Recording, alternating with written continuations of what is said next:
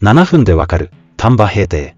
2、順調に進んでいた黒井城攻めですが、想定外の出来事が起きます。1576年1月、秀治が裏切ったのです。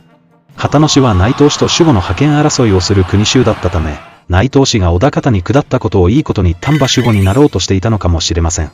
秀治の裏切りにより一気に劣勢となった光秀と藤孝は、撤退せざるを得ませんでした。ここから光秀と藤孝は、畿内周辺を駆け巡る日々を送りました。4月に大阪本願寺攻め。1577年には紀州攻めと信貴山城攻め。